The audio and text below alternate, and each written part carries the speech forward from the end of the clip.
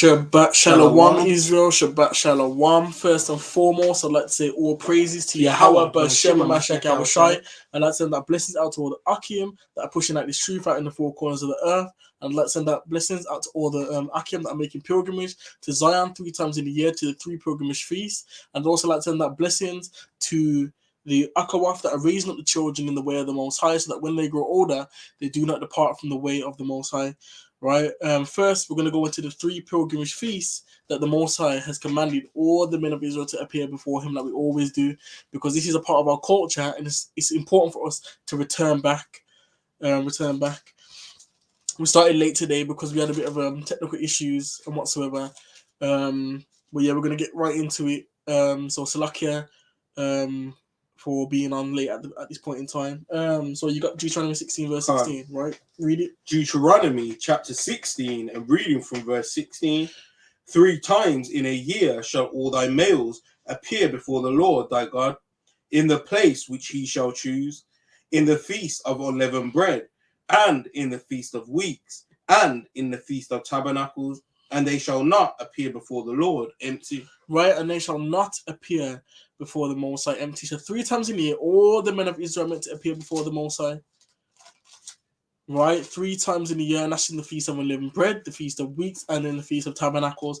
And that's not the only place it says it in, right? And that's why we're not going to stay there. We're also going to go to Exodus chapter 23 and verse 14. God. Well, we're going to read from verse 14. We're not going to read Exodus 23 and 14. We're going to read from 14. Right, so just get that for me, Ak. Got it. So read it. Exodus chapter 23, and reading from verse 14. 3 times thou shalt keep a feast unto me in the year. Thou shalt keep the feast of unleavened bread. Thou shalt eat unleavened bread 7 days, as I commanded thee, in the time appointed of the month Abib. For in it thou camest out from Egypt, and none shall appear before me empty. And the feast of harvest, the first fruits of thy labors, which thou hast sown in the field, and the feast of ingathering, which is in the end of the year, when thou hast gathered in thy labors out of the field. 3 times in the year all thy males shall appear before the Lord God.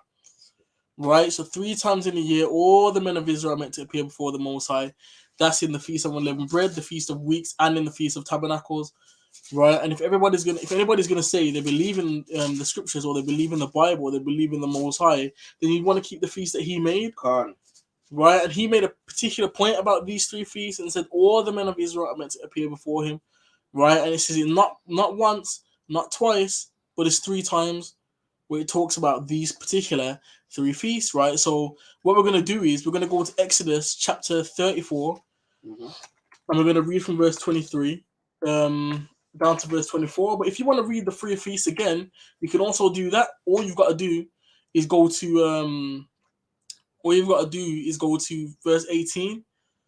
Right? All you have to do is go to verse 18. And if you see here, verse 18, the Feast of Unleavened Bread, right? Further down you go, observe the Feast of Weeks, and again the Feast of Ingathering, which is Tabernacles, which is the 3 feasts again, right? But reading verse 23 to verse 24 tells us what the Most High says He's going to do in that time when we keep those feasts, right? So read that for me. Exodus chapter 34, and reading from verse 23, and it reads, 3 in the year shall all your men children appear before the Lord God, the God of Israel. For I will cast out the nations before thee, and enlarge thy borders. Neither shall any man desire thy land, when thou shalt go up to appear before the Lord thy God 3 in the year. Right, when you go up to keep the feast 3 times in the year, right, and it says it 3 times in a year, all the men of Israel are meant to appear before the Most High.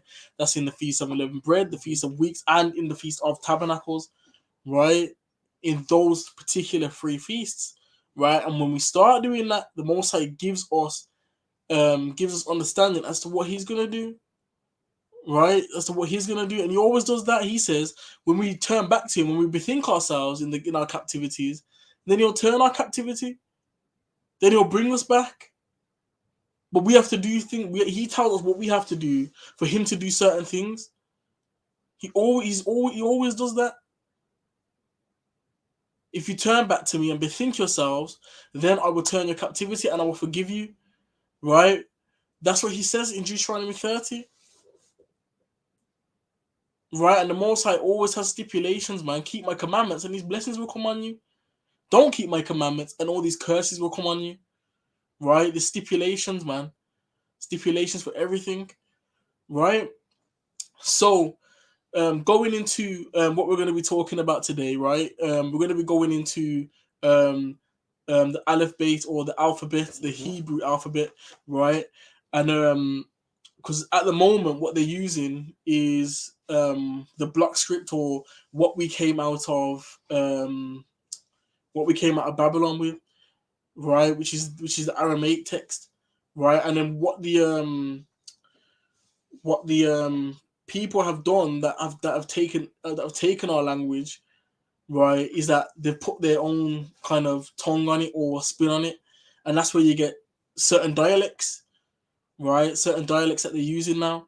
There, and there's one specific German dialect they use there, right? Which I'm not gonna say because it's buzzwords, and those words will bring them or alert them to the truth coming out. Right, the truth coming out, but there's a specific dialect that they use now, right, out there, but it's the same characters that they use or the same letters that they use, but because they have the same on the words don't change their meaning. It's just they just change the pronunciations, I should say, right? They just change the pronunciations. So we're gonna be going into the AlephBeyt, right? On this presentation, I did draw I drew the characters myself and whatsoever, but for some reason StreamYard doesn't pick up the characters that I drew on PowerPoint. So what I'm gonna do is I'm gonna be switching between this and a virtual whiteboard. So what will happen is that when I'm gonna draw it, I'll switch between the whiteboard and the presentation, and we'll go from there. So the AlephBeyt or the alphabet, right? So in the English alphabet, it's 25 or 26 letters. Is it 26? 26. I'm sure it's 26 letters. Hang on.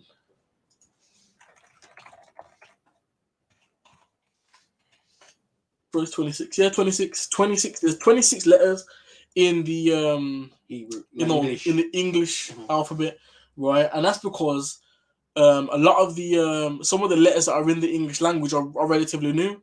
So like the J is a relatively new letter, right? It was just a perversion of the J, or an addition, an I, sorry. Of the addition to the I. So all they did was took an I and then put a curve down the bottom on it. So if you look at any books prior to the 1600s or around the 1600s, you're gonna see that the I is where a J would be now. So when you see the word, because they call the Messiah Jesus now, right? They call the Messiah Jesus, but in the but it was a Greek word, but in the English before the J came about, it was I, so it would be Jesus.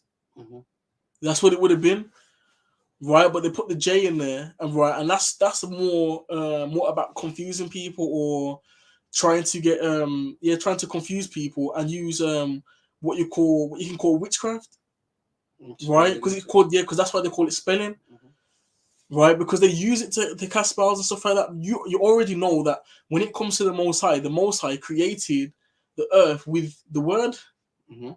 So he's showing you that in words there's power. 1 John 1.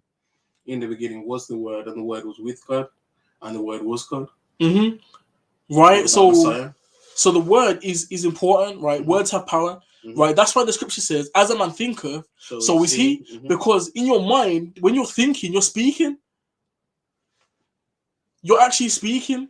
That's how you think. Because in your mind, you're thinking, "Oh, I'm gonna do this, I'm gonna do that," or "I've got this to do, I've got that to do." That you're talking to you. You're actually talking.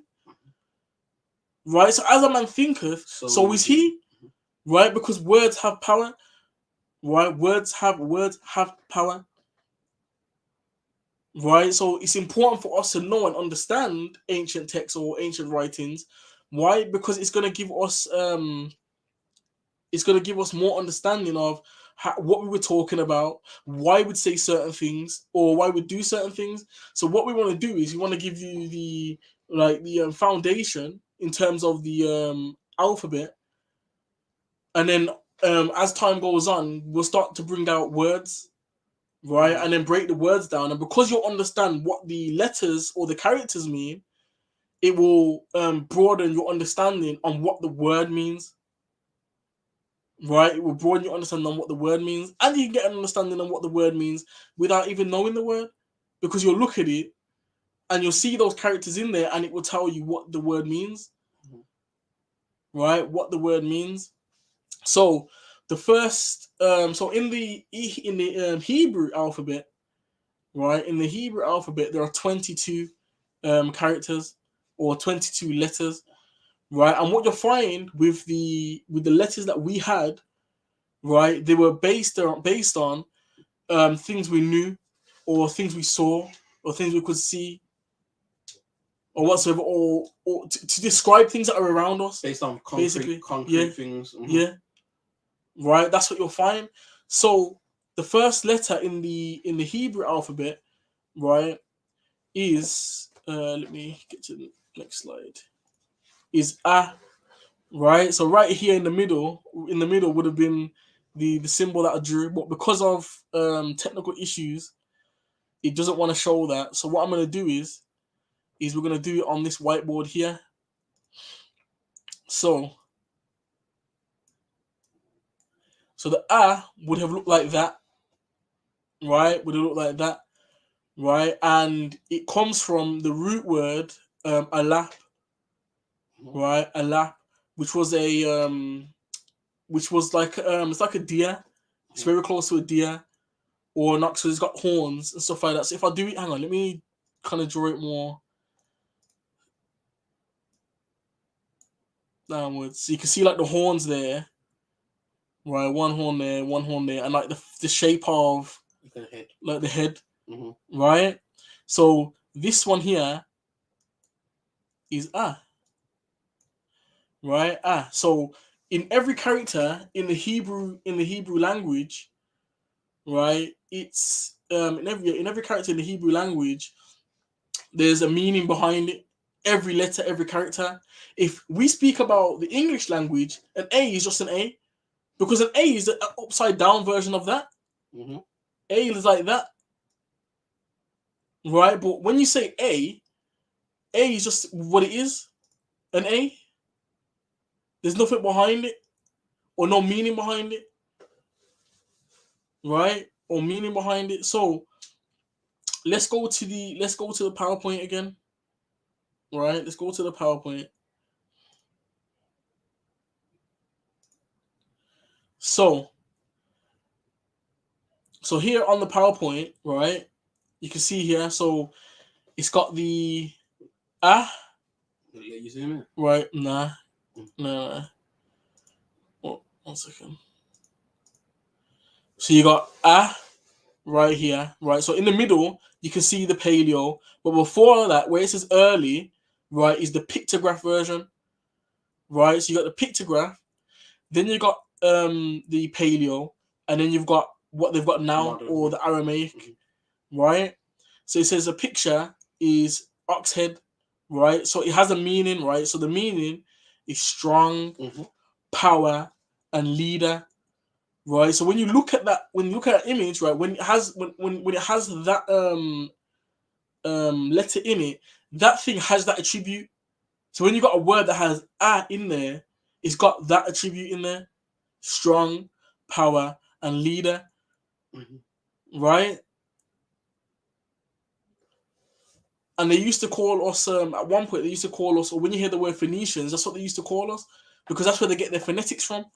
So the A is the phonetic sound for A is When you're in school, you're taught phonetics, and phonetics is and that's where they're getting it from. They're getting that from us, right? So in ancient Hebrew, it was right? So now they in the modern Hebrew, or what they talk now, right? They say it's Aleph, and it's or it's silent, right? Or a lot of the times it's silent in their dialect or in the way they talk, right? And then you got Greek, which they changed it into an A. Modern Greek is an A, and in Latin it's an A. So English, because English comes from Latin, right? English comes from Latin. So what we're gonna do is we're gonna go on to the next letter.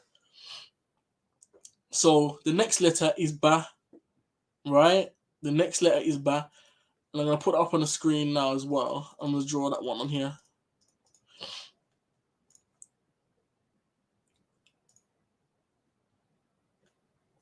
So Ba, right? And Ba looks something like this.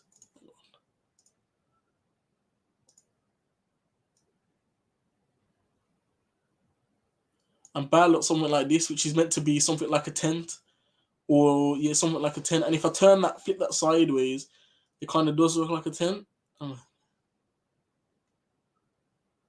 then I'm doing that right sideways. 1 second.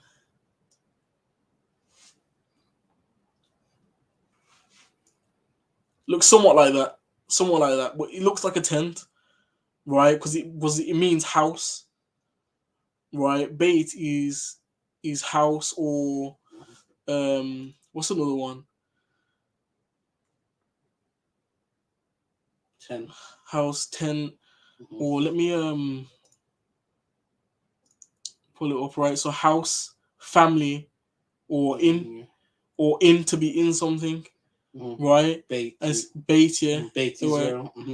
So House of Israel. So it says here, so you got the one I drew there, right? And then you've got the ancient, right? The ancient, or the pictograph Hebrew, right? Which looks like somewhere like this. Which looks somewhere like that, more like that. And that's the pictograph version, right? But then it changed from this, or this bit here, into this one here. And then you got the modern one that came afterwards, but it means house, family, in, right? House, family, in, right? And then when you go to the Greek, right? When you go to the Greek, you see it's B, because when you go Ba, right, you know that the phonetics for B is Ba. The phonetics for B is Ba. So what you'll find is when it comes to language, right, it was taken from us. Right, it was taken from us, and all they did was changed it to fit what they wanted to do, or what they wanted to change it to, right? And then you got the modern one there as well, the modern Hebrew, right? Which again is what we came out of Babylon with, right? And it says here bait, so that'll be the words name now, or the pronunciation of it now, because we would have said it's close. Bet, right? Which would have been close, right? So let's go on to the next character, right? So the next character is Ga, right? Ga. So let's remove all of this stuff here, right? So the next one is Ga. So it looks something like that in the Paleo, right? And that's meant to be a hump, right? It's meant to be a hump. Or some people say a foot. Some people say a foot, right? But it's meant, yeah. So either a foot or a hump, camel's hump, right? Or a camel's hump, right? And that's the Ga, right? Gamal. Yeah. Gimel. Is it Gimel? They say yeah. Gimel. They say right. That's the modern term, Gimel, right? Or the ancient term would have been close to like Gamal, Gamal, which sounds really close to camel. Sounds really close to it, right? So if I add that back to the stream, right? So you see here, you got the hump there, right? Same one in the middle, which is the Paleo, right? Then you got the pictograph, which is similar, but it's the bottom of the hump. Yeah, it's like the bottom of the hump going up instead, right? And it means to gather or to walk, right, to gather or to walk, right, and then you got the Hebrew now, or the modern Hebrew, which has the that symbol there for Gimel. So it says Gimel, right? For the ancient, it says Gam, right? Or you can say Gamma, because I've heard people say that as well, right? And then this is you see the symbols for the Greek there, right? Which is very similar to. It's just basically a more like, I don't know, like a right angled version of it, of our symbol. And then you've got the Latin, which is G, right? G, or so for Ga, right? But it's got a C there as well. It's got a C there as well for whatever reason. But I think that's to do with the fact that when you look at the name, or when you look at the word, obviously it's talking about a camel's hump. So they got the C, probably they got the C there for that reason, right? They got the C there for that reason. Because remember, I said gamal or camel, right? Or camel, right? Which would have been their transliteration or translation of the word camel, right? So let's go on to the next symbol, right? And the next symbol is da, right? Da. So the next symbol is da. So we're gonna draw that one on the screen as well. So add that to the stream.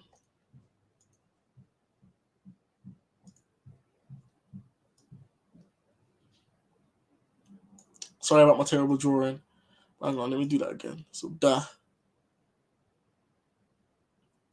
So da is meant to be a door. So obviously in the ancient times we live in tents, right? So that's like a door to a tent, right? It's like a door to a tent, right? So it means door, entrance, right?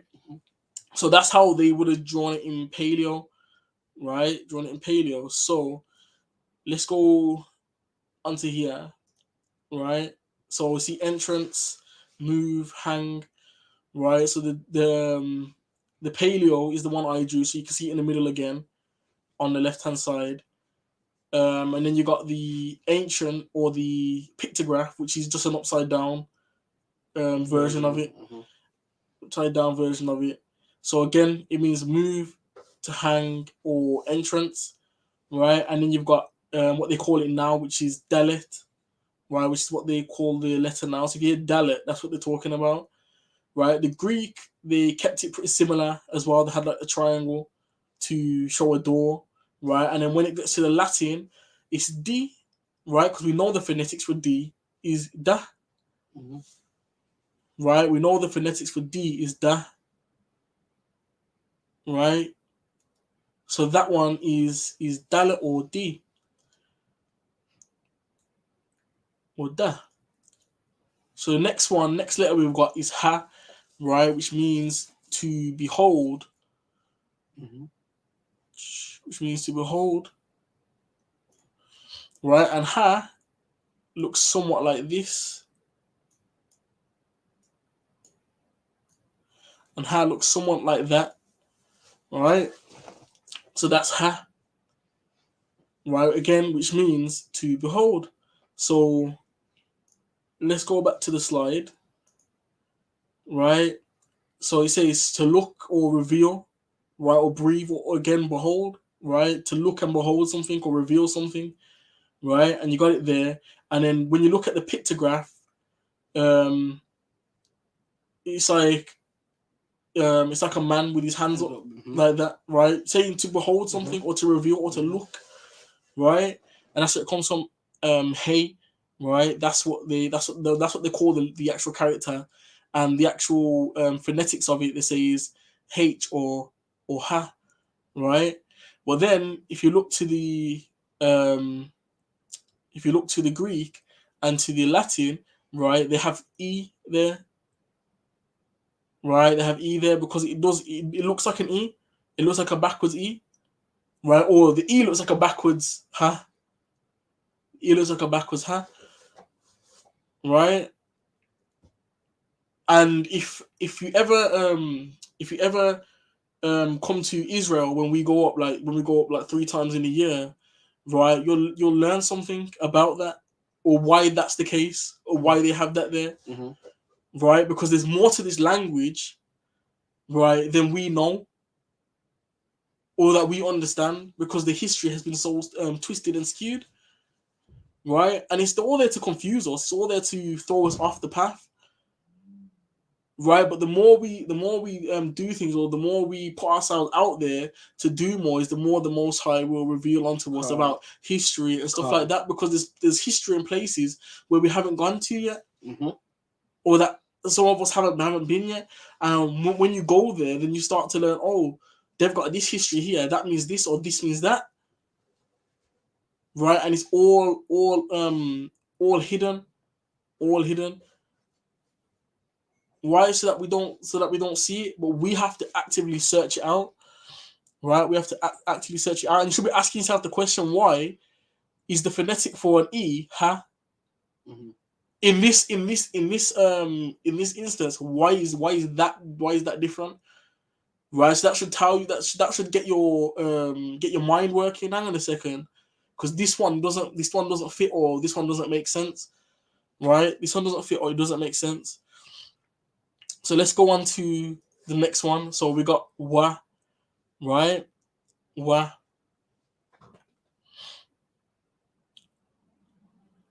Or vav or wall, however they say it. So let me do this one now. So the paleo would look something like this, which is like to pin or a temp peg or to hold something in place, right? So that's what it means. It means to pin something or to hold something in place, right? So going on to the stream, putting the thing on the stream, you got the so mine kind of looks more like the pictograph than the paleo this time, right? But it's similar in the paleo, very very similar, right? And it says it's a wall, which means to secure, like I said, to hold down or to secure something, to hook, to add, right? Because it's meant to be a temp peg. It says here temp peg, right? So this, they say, it has different phonetics, like they got a W there, or U, right? W or U, but then you see here as well, it's got F here, F, right? But it's a wa, right? So if that was the case, wouldn't the phonetic be a fa? Would it not be a fa? And that's why you got to think to yourself, why do they have these discrepancies? Because certain things, all they've done is change things to mix them around, so people think that certain letters came from certain characters came from certain ancient characters when they didn't, right? And certain characters did come from that, but they've changed the phonetics of it, right? But you have to go into the history of letters and words to understand what they've changed and how they've changed it. That's one of the reasons that you might hear some people say Yahuwah rather than Yahweh, because they when they have that vowel, they say it's not. They're not saying it's a wa. They're saying it's a u, and then the last vowel will be the ha again. So that's why you get the slight differences in how people pronounce the words. Yeah. Right. So the next one we've got is za, right, or zayin, right, and this one. Zayin looks something like this, and it was like a garden tool, or something like that. So it's like tool, like work and stuff like that, right? It's used to gather crops, yeah, gather crops, right? So then that's right, arc paleo all the way. Right? So that's za, right? So you can see the paleo and the pictograph pretty much look the same on that one, right? So they say zayin now. Like I said, there's the modern Hebrew. So it kind of looks like a T with like a diagonal top. Yeah, the line at the top is diagonal, right? But zayin, za, and that again, we know that the phonetic for Z is za or z, right? And that's where it's coming from, right? That's where it's coming from, and it means food to cut, to nourish, because that's what it was. It was a it looked like a tool that we used to use in the ancient times to gather the crops, right? Right, it used to look somewhat like that, right?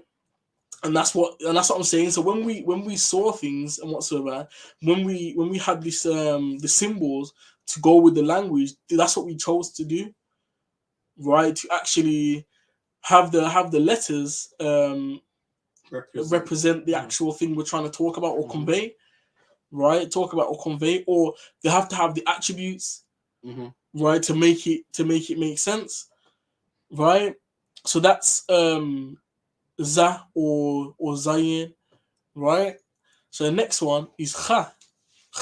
So this one has what they call a guttural, right? A guttural, right? Because you have that thing at the back of your throat. So kha. So it's not ka or sha. It's kha, right? That's what that is, right? So going onto the whiteboard, right? Kha looks somewhat like this, which means to like separate or to have like a boundary. It kind of looks like a ladder, but it's a wall. But it's a wall. That is meant to be a wall, right? Because very early on, I used to get confused by that symbol. But yeah, it's meant to be a wall, or it's meant to be something to say separate or like divide or divide, right? So going onto the stream now, right? It says wall, outside, divide, half, right? And again, the paleo and the pictograph looks very, very similar or the same, right? They say chet for the name of it or pronunciation. And you see here they got H, right, for the Greek, or H for the Latin. You know, H for Greek and H for Latin, and it actually does look like a similar, H when you look at it, right? So when they get the letter like h, where are they getting that phonetic from for that, right? Where they're getting the phonetic from that, and that's what I'm saying. When they change things, they really did change a lot. They really did change a lot, and they've changed things, put things around to confuse us, so that when we start looking for our ancient language, right, it throws you off. Yeah. It throws you off, like your scent, someone throws the scent, or throws you off the path that you're on, right? Or makes it harder to get to the truth. Because you're looking at certain words, and certain words make sense. So when you get the aleph, right, the aleph, which looks like an A, right, has the same phonetic as an A. So then you make the distinction that that's where the A comes from. From there, but then obviously when you start going that further down, you start getting to a point where they've changed things, or changed things, or just added things to make things difficult, or to make things harder, right? Right? So continuing on, right? The next letter that we've got is ta, right? Ta. So ta is this symbol right here.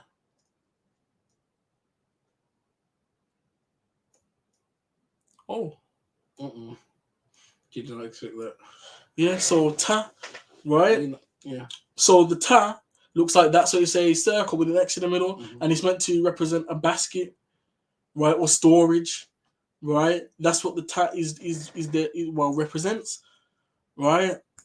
So then, you're not showing your whiteboard. Did not show the whiteboard on there. Yeah. So there we go. So ta. So the ta is a circle with an X going through it, right? And it's meant to represent a basket, right, or storage, or to store stuff, right? That's what the ta is meant to represent, right? So going onto the presentation, right, you can see here, you got the ta there, and the ta is the same in both the pictograph and the paleo, right, which means to surround, contain, or let's say mud, right? And on here, there's no Latin equivalent for it, but it's got two Greek equivalents, right? But the modern one you can see here, right? The modern one's there, and it's tet or t Mhm. or ta, right? And there you go. Like I said, it represents a basket, right, or to surround, contain, or mod, right?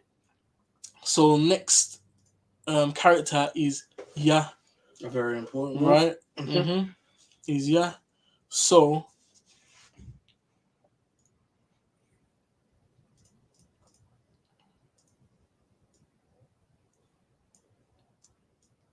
the ya looks like that,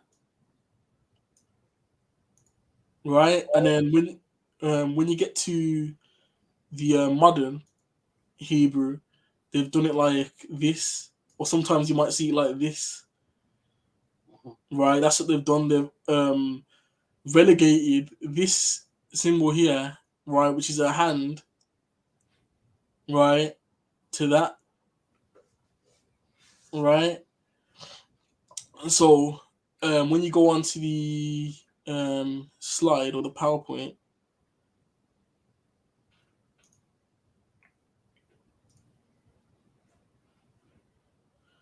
you've got the ya, which is there, right? And then on the pictograph, you can kind of see more that it's a hand than anything, right? But it says here, an arm and closed hand, work, throw, worship, right? So that's what the actual word means. And they say it's the word was yad, or the name that we called it was yad in the ancient times, but now they say yod. Yod, innit? Yod, they say. Yod. Yeah. And then you can see here, like I said, they relegated the letter to like this small little thing here, right? And they say that the Latin went to the I or the J, right? And that's why when you look at the like the text like before, like the 1600s, right? When you got like the word, say you had the word "ya" in there, YAH, you wouldn't have had YAH in there, it would have been IAH, right? Which would have given you the same pronunciation as is, because you say "ya," right? Which would have given the same pronunciation, right? And the same way, but then in when it came to the Messiah, right, they used his Greek name, or the name they gave him in Greek, right, which was Jesus. Jesus, right? So that's why it's got an I there, right? But that doesn't even give you the same same pronunciation or similar pronunciation. It doesn't give you the similar pronunciation at all, right? But all they did is add the little flick to the I and made it a J, and that's how the word or the name Jesus came to be, right? But they're trying to somehow make the letter I somehow the letter I have the same phonetic as yeah, even though even in their own phonetics, the I doesn't have that. So why they're using I or J to substitute for a Y is beyond me.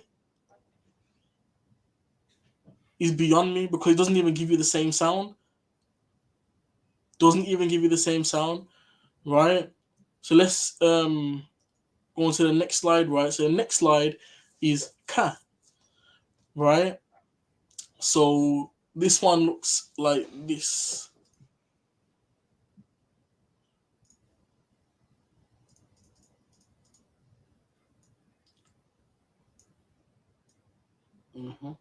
So it's meant to be like a palm, the palm of a hand, right? That's what that's meant to represent, right?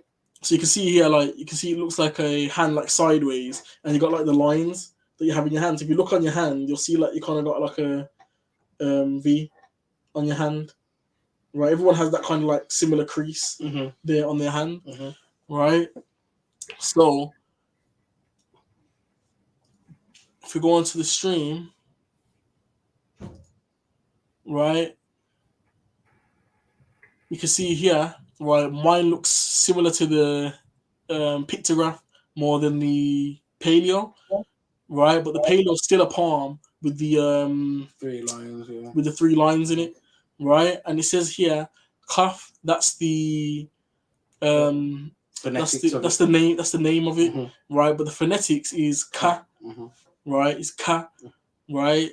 And they kept the same sort of name for it in the modern Hebrew. But the modern Hebrew, they've kind of got like the sideways hand, right? But they don't have the lines in it, or they don't have the hand lines in it, right? And you see, so that's where that's where they say K comes from, right? But that has the same phonetics.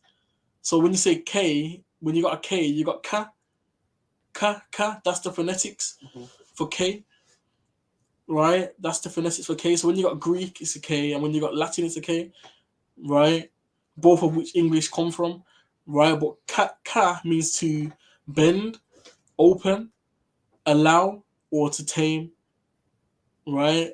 Bend, open, allow, or to tame, right? And it's an open palm. So like I said, it's a hand. It's an open palm. It's your hand out, right? And when you look at your hand out, it actually has. It looks very similar to the pictograph and to the Paleo, right?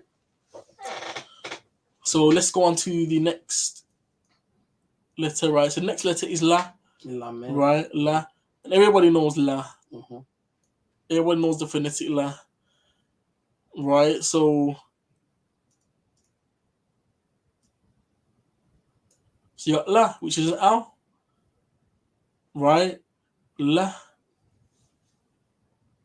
right, which is Lamed. It's Lamed in it.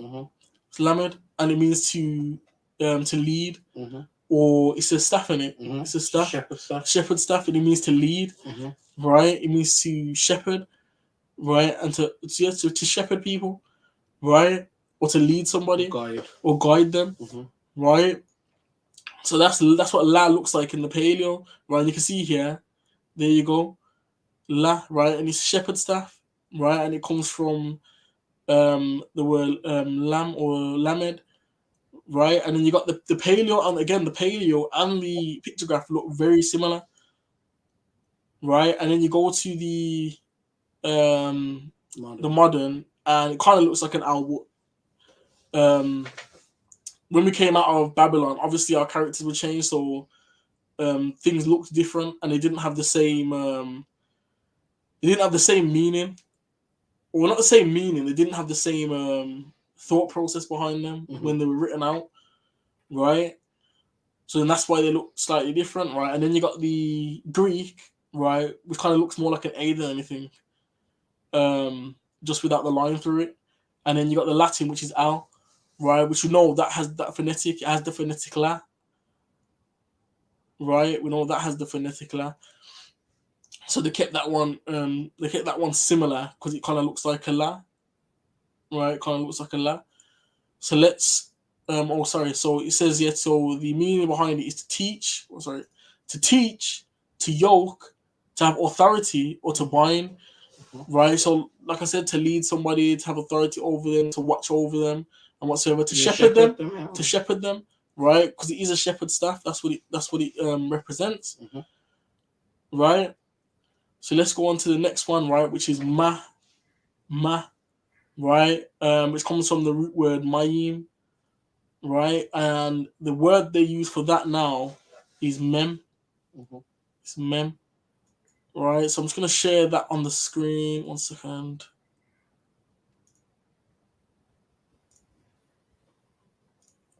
So mem looks somewhat like this, right? It looks somewhat like that, and you can see it's an M because if I do it upside down, that's what it looks like. Upside down, there's the M, right? And it means mayim or water, right? Because mayim means waters, right? And it's to do with water, flow, right? And we know water represents spirit. It's talking about the spirit, right? So when we go into the AlephBeyt, right? You got mem, water, chaos, mighty, blood, right? And we know water is like without water on the earth, they say you can't have life. The same way without blood, you can't have life because blood is the life force of the body. So just from that, you would know that for water you need life, the same way you need blood for life. And the Most High, the reason it's chaos because the Most High used water to destroy nation in the in the ancient time. So the Most High can use waters through floods, through tsunamis to cause chaos and exact his judgment. And also when it talks about the beginning or the creation, when it talks about the creation or the Most High's work in creation, it says that in the beginning the Most High created the heaven and the earth, and the earth was without form and void, and the Most High, Most High's spirit moved upon the face of the deep. Right. So within what they try to call chaos, right, as in because they're trying to get an understanding of how the world was created. Right, in what they think is chaos, right, the Most High is ordering this all to happen, right, to bring about what He wants to bring about, right, to bring about what He wants to bring about in this existence, right. So continuing on, right, so you got mem. So like in the Greek, you got the M and the M, and even in the Latin, you got the M, right, which the pronunciation for that is ma, right. With the pictograph, you can see which is one right on the left. It's just a wave, right, and then you've got the one I drew, which was the Paleo, right, which looks very, very similar, right, but it's got like a little tail on the end of it, right. The M in the or the ma in the modern Hebrew looks different. It just looks different, and even then, that's not the only way they draw M, because they have different characters for when you have it at the end of a sentence and stuff like that. So there's all different things that they put in place, right? Different things that they put in place. So let's continue, right? So the next one we've got is na. Right, and na or noon looks very, very similar to that, but it's just an N. So if I do the N backwards, it's an N. It's an N. Right. If I do it upside down, it's an M. Right. It's very similar to mem. Right, and N is seed. Yeah, share the screen. Oh, slow. So okay. So. Hang on. So that's the na, like I was saying. So let me draw it again. So you got na there, right? And then you've got if you do it upside down, then it looks like an N, right? So the same way when we did the mem, right? Upside down, you can see that it's an M, right? But the noon, right? That represents seed, right, or life, right?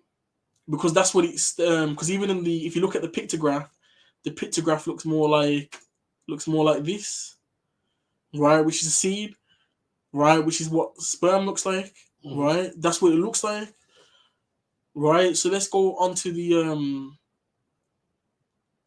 PowerPoint.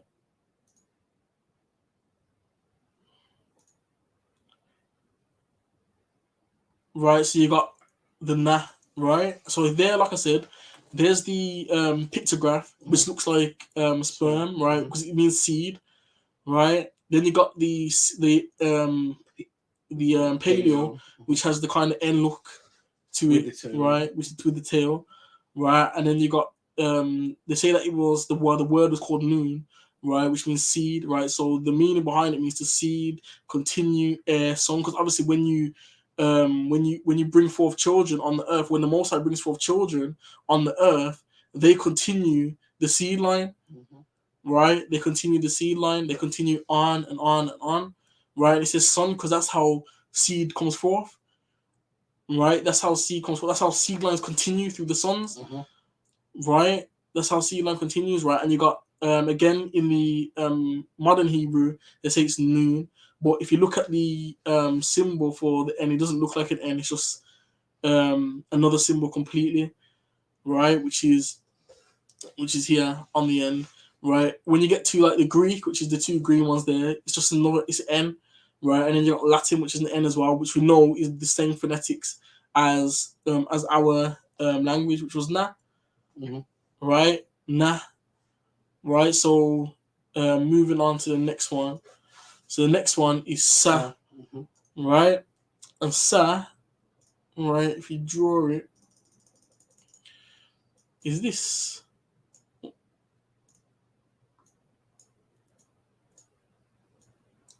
Right, which means sign, unsign,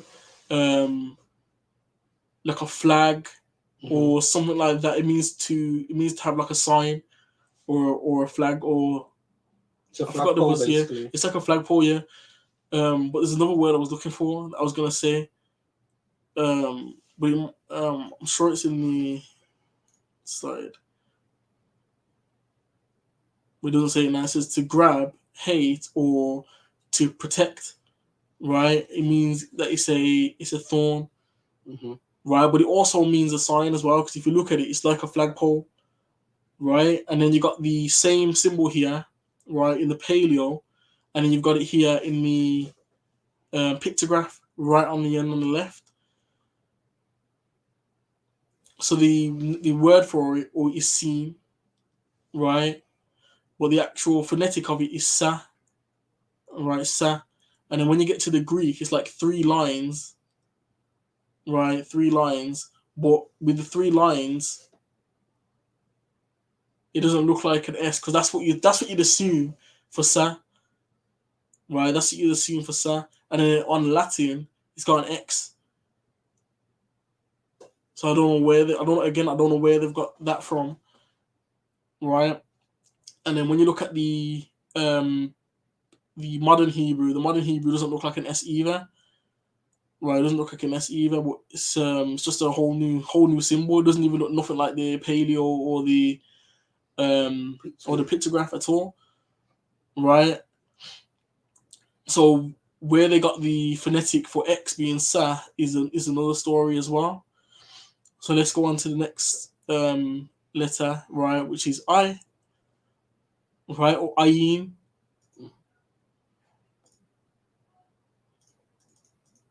Ayin. So the symbol would have either looked like this or would have looked like this. So in the pictograph, it looked like that. In the Paleo, it looked more like that. Right, so it's more like a circle in the Paleo, but ayin represents an eye, or to see, or to to see something, or to behold something, or to look at something, right? So then when you go onto the slide, right, to see, to watch, to know, right, it's a shade, right? So here you can see there you got the eye, the eye there, which is the pictograph. Then you got the circle, which is the Paleo, right? And you got the name for it as ayin, right? And it represents an eye, right? Like I said. And then you've got the modern Hebrew, right? The modern Hebrew here, which doesn't look anything. Modern Hebrew which doesn't look anything like the eye or anything like that. So we don't know where the symbolism came for that, or where we came up with that when we was in Babylon. But obviously we were going off anyway, so it's not a big shock that we wouldn't have something that looks that doesn't even look anything like our previous things. So then you got the O here for the Greek, and O for the Latin, which the symbol is correct for the Paleo, right? If you're gonna look at the Paleo, but when you look at the phonetics, right, which is I, it doesn't fit, because in their own phonetics they'll say the O has an O or a U sound, an O or a U sound, right? So where they getting that from, or what, or where they going with that, right? When it comes to the ayin or I, it means to see, to watch, to know, and shade, right? So the next one is pa, right? So pa is like a mouth. Pa is like a mouse. It's something like that. Looks something like that, right? So it means like to eat or to digest or to break down or to take things in, right? Or to speak, right? Because that's what your mouth does, right? So then when we go into the right, so mouth, right, pay, right? When you look at the pictograph, you can see again it's like a sideways mouth, but it looks got a little smack. yeah, but it's it looks slightly different to the paleo, which is the one I drew, right? And the word is pay, right? And you got mouth, which is to open, blow, scatter, or to edge. And the Most High did that with his mouth, with all his words. He blew, because it says that that when we tried to do things, the Most High said, "I blew upon you," and all the things that you were doing came to naught. Right, came to naught. Right. So then, when you get to the pa in the modern, it kind of looks more like a pa than the it looks more like the actual ancient one than the other ones did. And then they say the word means pay, or not pay, it means the name for it is pay, right? And then when you go to the Greek, that's the symbol that they've got for that, right? It kind of looks like a door. And then you've got the p on the end of it for Latin, which is pa, which makes sense for the makes sense for that, because the phonetic sound for p is pa, or p, which is a very similar phonetic sound, right? Very similar phonetic sound, right? So let's continue, right? So then we got taza, right?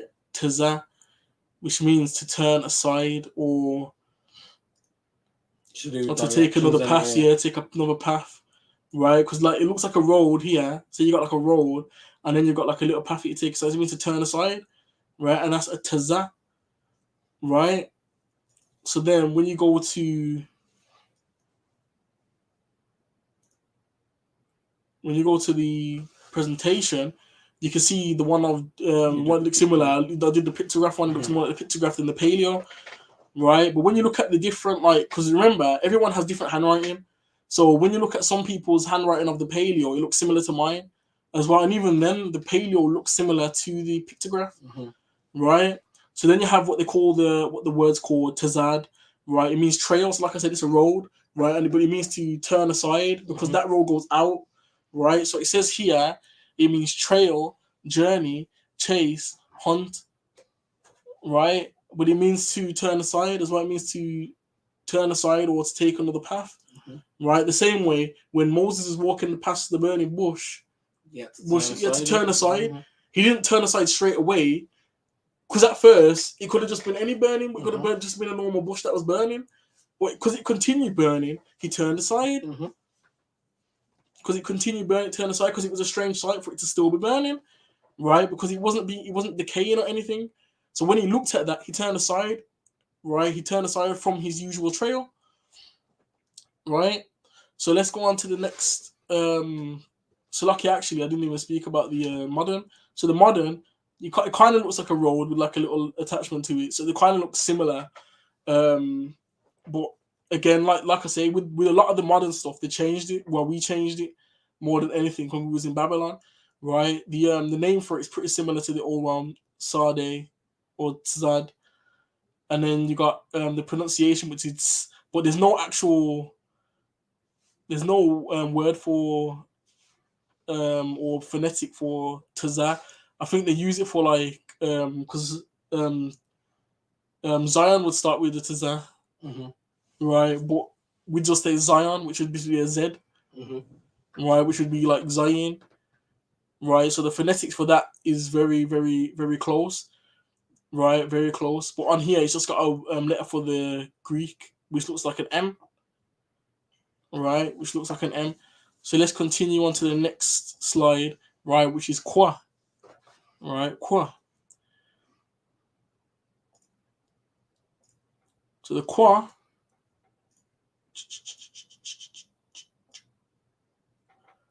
looks like this, right? So the Kwa looks like this. It kind of looks like a Q. It kind of looks like a half-done Q, because the Q, as we know, it would look like something like this, right? But that's what the Kwa looks like, right? And the phonetic is very close to a Q, right? Which would be actually Ka, Kwa, right? It'd be very, very, very similar, right? So when you look at the stream, right, and we go there, there's the symbol. So the symbol looks very similar in both the pictograph and the paleo, right? And they say the word is quaff, right? That's where it comes from, and it means the sun on the horizon, right? And it means to condense, circle, or time. And when you do look at it, it does look like a sun. It does look like a sun on the horizon, right? It's meant to be like a lake or a river. So if I do it a bit more flat, that's like a sun on the horizon. So if I do it like that, you can kind of, if that's like the waves, then it looks like a sun on the horizon. And the line's meant to be like a lake or something, like a river. Yeah. Right. So when you look, so we go back to the stream, right? It means condensed circle or time, right? And you got the because the qua Q, you got the Q for the Greek, right? And then you've got the Q for the Latin as well, right? And the modern Hebrew kind of looks more like a P than anything, than a Q or anything like that. But again, like I say, they changed it. Yeah, it kind of is like a backwards Q. But it's like a backwards Q, right? So going on to the next letter, right? So we got Ra or Reish, right? So adding that onto the stream. So Reish is like a head, or man's head, like the side, like a side profile. So kind of like because in the pictograph, I'm sure it looks something like this.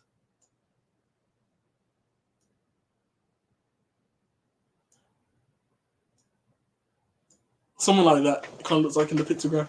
It's a very bad drawing, but it looks very similar. It looks very similar to that.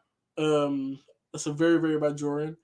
But Reish means head, right? So if you go into the stream, right, which is Ra, so you see there, look, I told you, it looks very similar to that. I mean, my drawing's a bit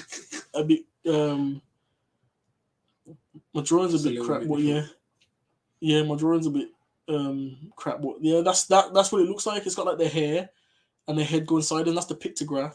Then you got the paleo, which is like the P looking thing that I did there. And like I said, it's Reish, right? The head of a man, right? It means to be the head first, top, or beginning, right? Beginning, right? And we know that when it comes to Reish or Ra, right, that it's an R, it's going to be an R. So the R looks very similar. It's like a backwards R in the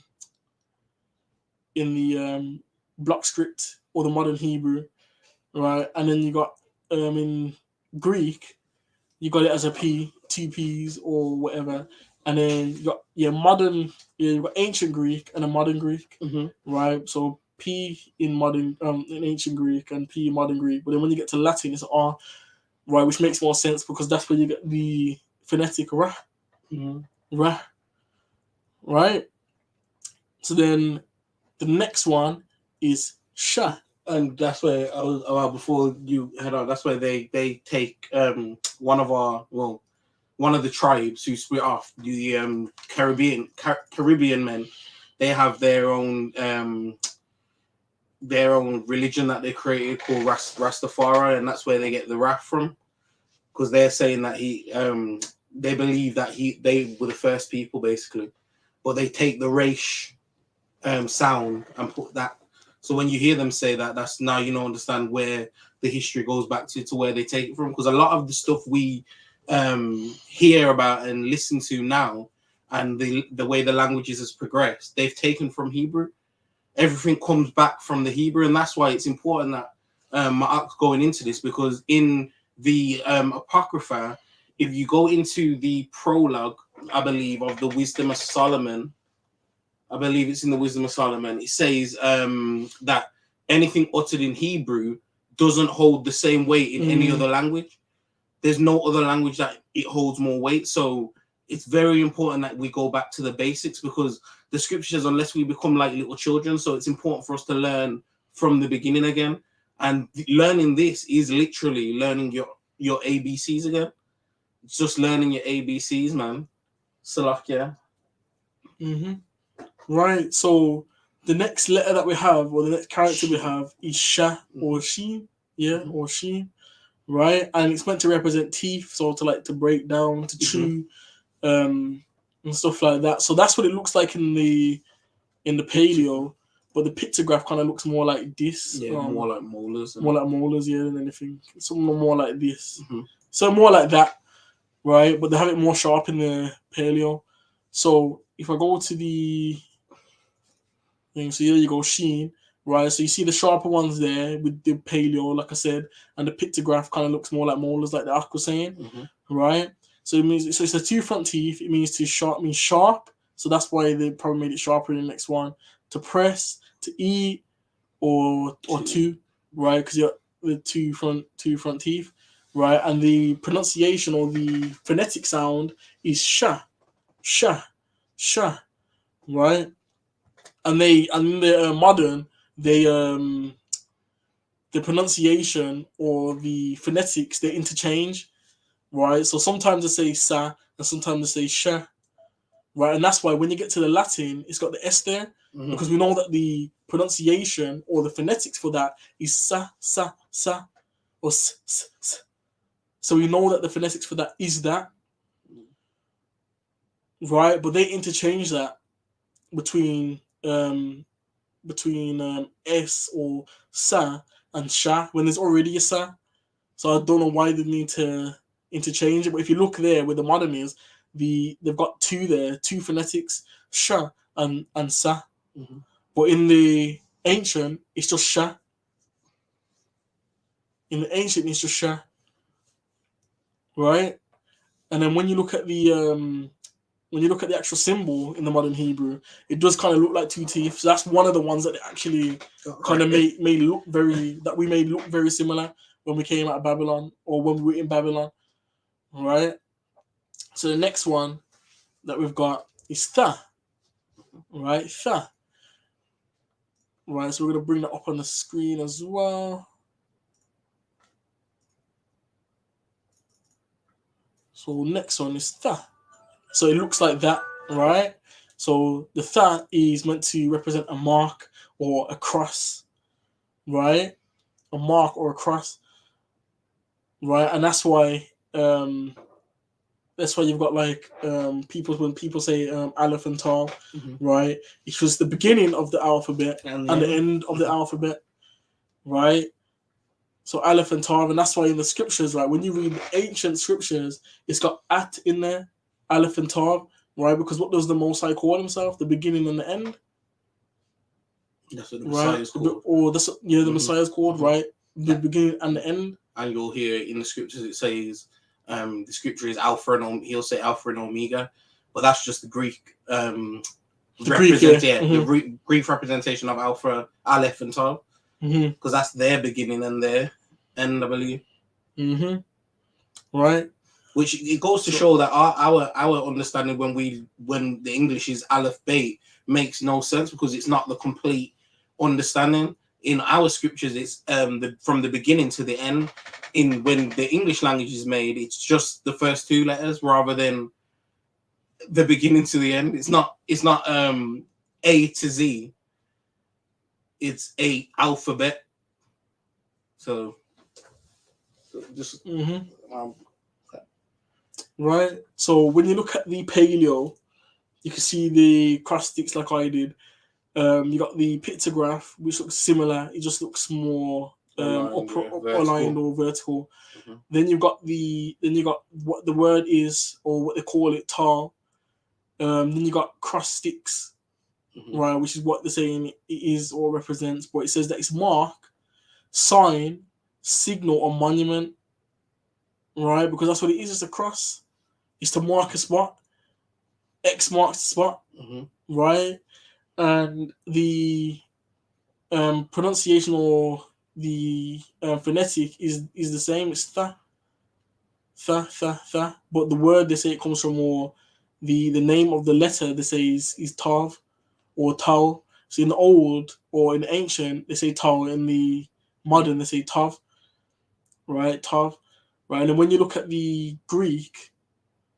um, the Greek kind of looks like a T, right? And then you got so even in the ancient Greek and in the modern Greek, it looks like a T. And then when you get the T in Latin, it looks exactly the same as it does now. But that's where they say they get the tha from, right? Tha.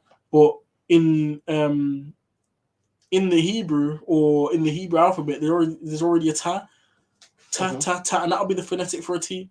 So where would they be getting the phonetic for tha with ta? Because the phonetic for or phonetics, or if the only way those phonetics make sense in English, right, is with a H on the end of it. Is with a H on the end of it, because then it'll be tha, but it's not, right? And that's why you've got to understand that a lot of the stuff that they put out there, right, is to confuse people, right? Is to confuse people so that people don't know or don't understand. I don't know. I don't understand what the truth is or what the original language was. Right? They don't want you to search for it, and they want to make it as hard as possible so you don't search for it. That's what they want to do. Right? But you have to understand that if we don't get back to this, we're not going to, like what Ak was saying, the scriptures say that when the scriptures are written in another language or read in another language, it doesn't hold the same weight. So the only way we're going to get the fullness of the word or more understanding from the word is by getting back to our ancient language. Let me read it. Right? Yes, I get it.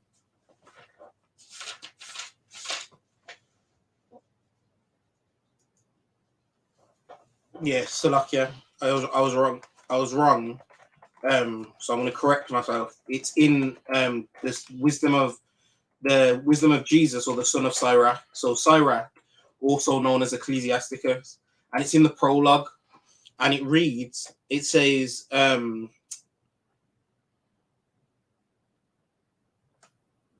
It says, "Wherefore, let me entreat you to read it with favor and attention, and to pardon us, wherein we may seem to come short of some words, which is we have labored to interpret.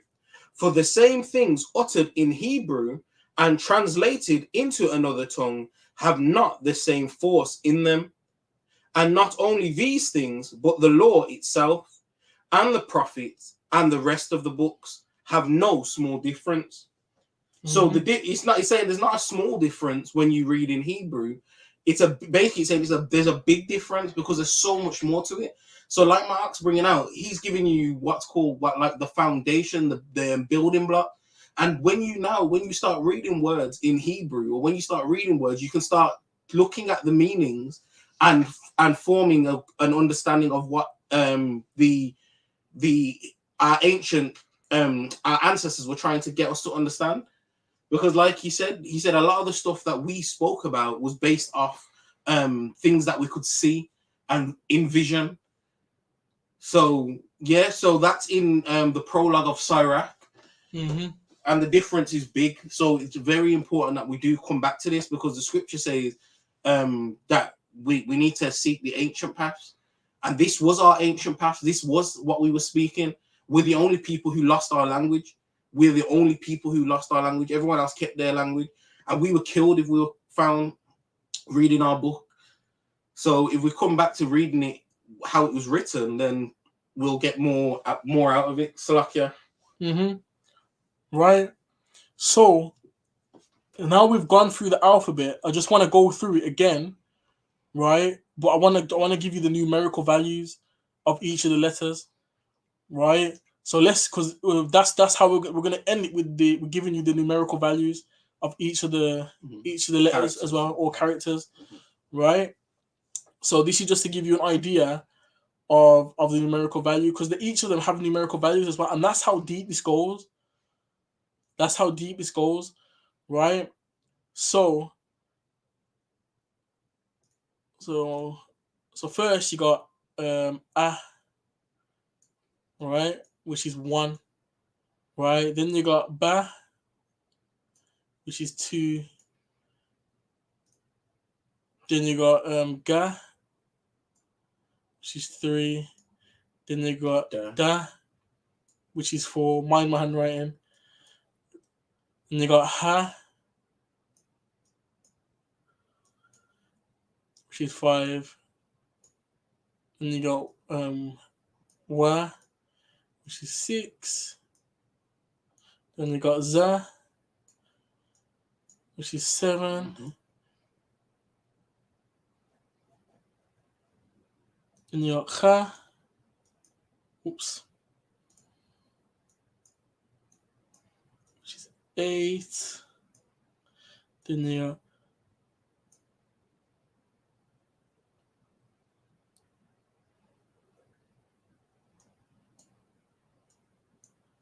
ta, which is 9. Then you got ya, which is 10.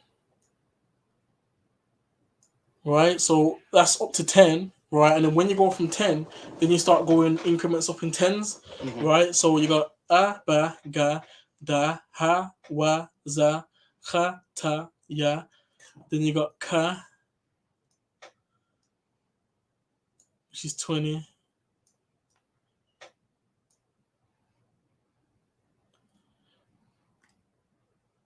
Then 20. So then kha, ta, ya, ka, la. So la, which is 30. Then ma, which is 40. Na, which is 50. Sa,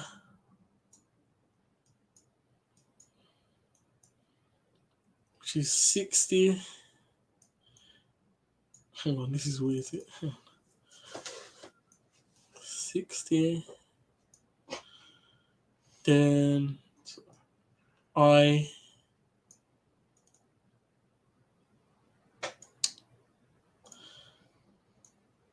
Handwriting's bad, man. Sorry, it's because I'm using the mouse.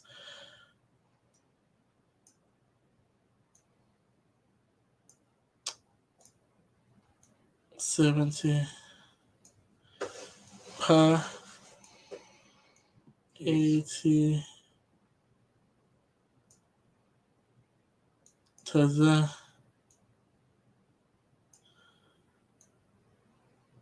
90.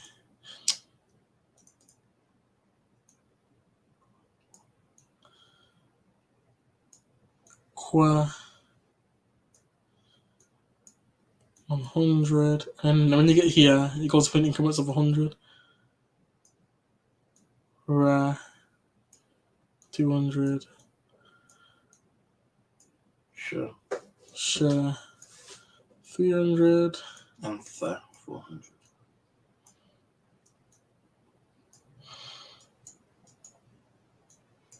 400. Excuse the handwriting. Excuse the excuse the letters, but that's as best I can do on a computer, on a computer mouse.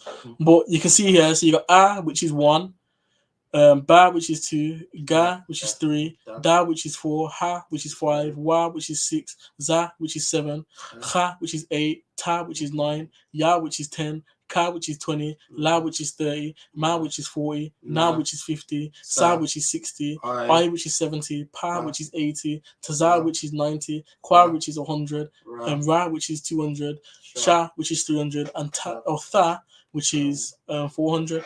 Right, so all of these letters have numerical values as well, right? So when you look into things and stuff like that, you'll find that all these things have spiritual meanings. Even when we gave certain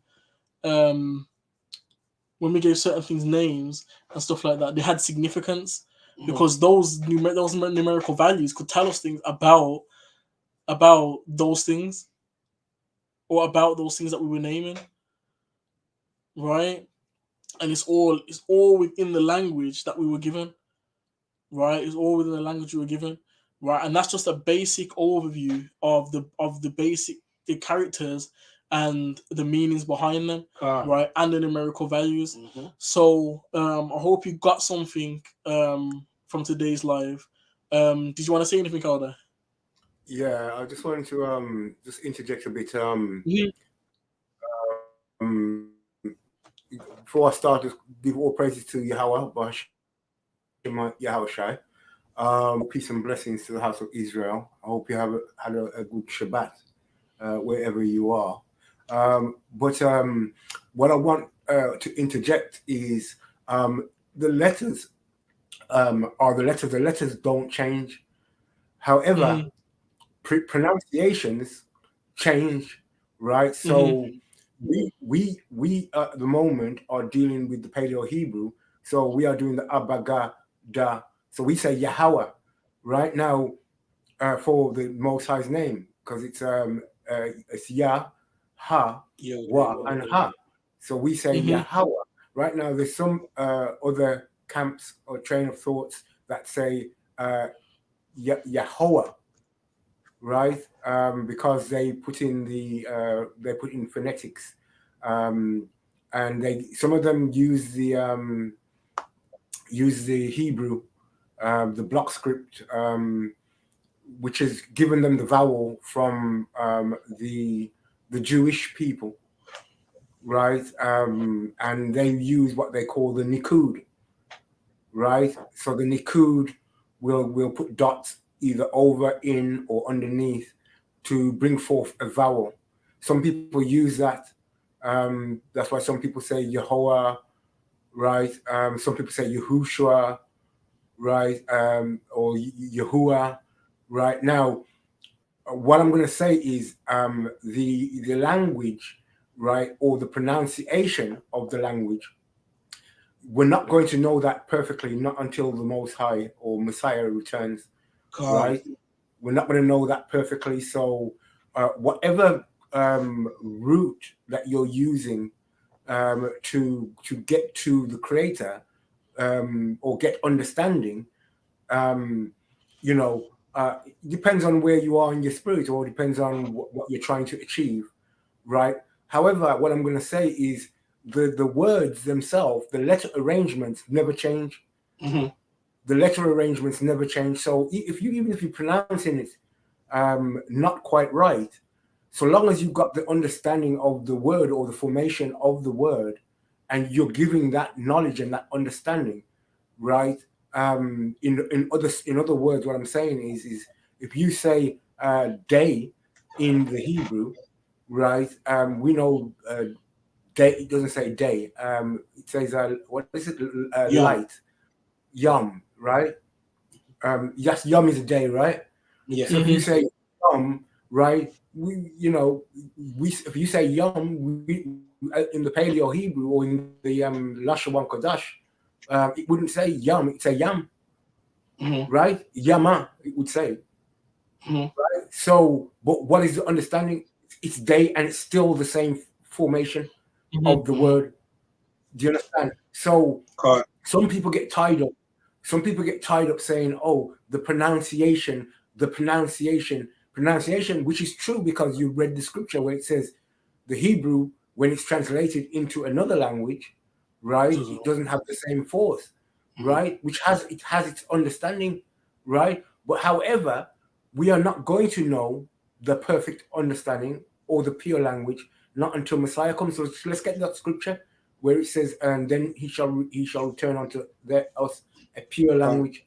Right? Let's get that scripture, because there's a lot of people running around saying, "Oh, how they've got the perfect understanding," and yet their understanding is absolutely infallible, right? And there's nothing infallible. There's nothing infallible, because we are not going to be clean when Messiah returns. We are not going to know perfectly, right, until Messiah returns, right? So what it is a lot of people, once they start to get understanding and they start to push forward their understanding, they in themselves say to themselves, this is the only way in which you can approach the Most High, right? This is the only way, But the Most High said he's going to raise us up from the four corners of the earth. And not everybody is going to believe exactly what everybody else believes, right?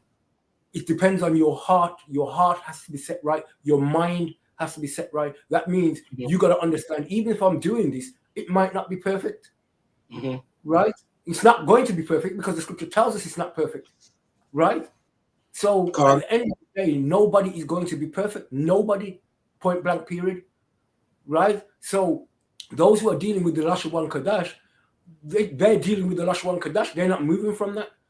Not unless a miracle happens in their mind and in their spirit. Those who are dealing with the Nikud, they're not going to move from that because they believe they've got a higher understanding and they've got means of bringing forth vowels through the Nikud. But the Nikud was invented.